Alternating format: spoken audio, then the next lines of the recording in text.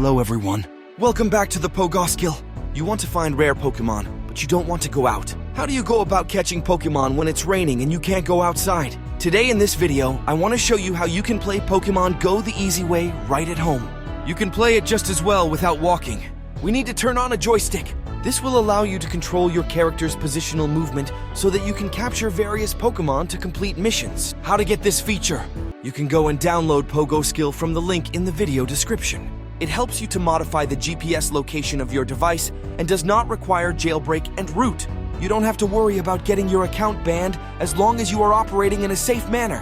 Next, I will show you how to use it. PoGoskill is divided into mobile and computer side.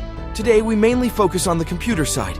You can also click the link in the upper right corner to see how to operate the app side.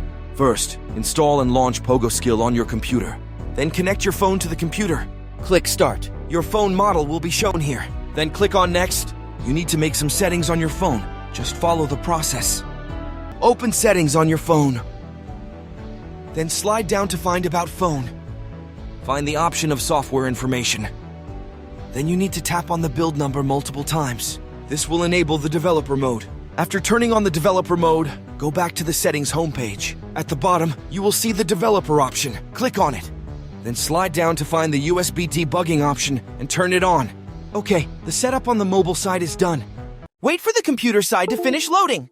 During this time, your phone will launch Pokemon Go. You will need to make an account login.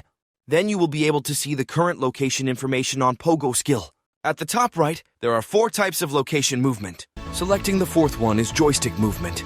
You can set the speed of movement. Then control the joystick directly and it will start moving. Let's try it out.